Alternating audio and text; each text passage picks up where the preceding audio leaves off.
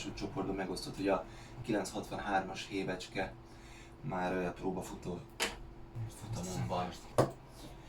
És valami püspökfalat, Szabi. Az.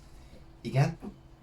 És figyelj, azért kérdezlek előtt, mert te neked nyilván vannak tartva ugye a telefonszámok.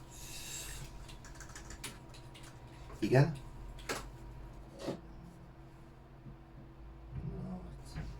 42, igen.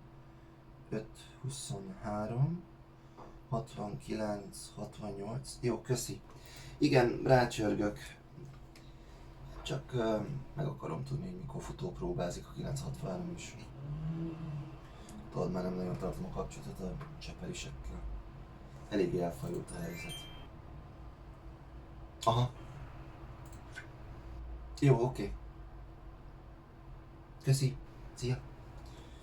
Oké, akkor...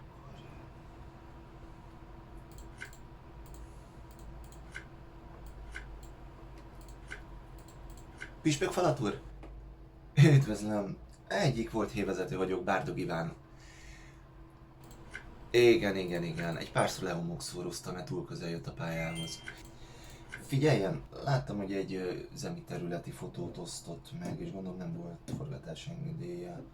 De szemet hunyok felette, ha segít nekem. A 963-as M10-nak a futópróbálását még gondolom jobb kapcsolatban van a hátusosokkel.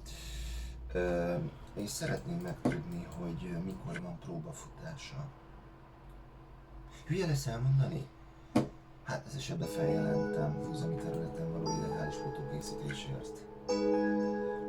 Ha csak nem regéli el a pontos dátumot, hogy mikor jön ki a kocsi színből a 963-as M10-al. Hát én nem félek magától.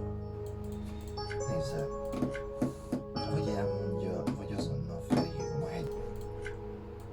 Tudtam, hogy meg tudunk egyezni. Hétfőn 9 óra 15 perckor. Értem. Köszönöm is arra, hogy nem zsaroltam. További kellemes napot, de jó, hogyha velem vigyázz. Minden jót. Jól értelmeztem, hogy te megzsaroltad a híres püspökfalat Szabit? Nappalok és éjszakák. Hamarosan folytatjuk.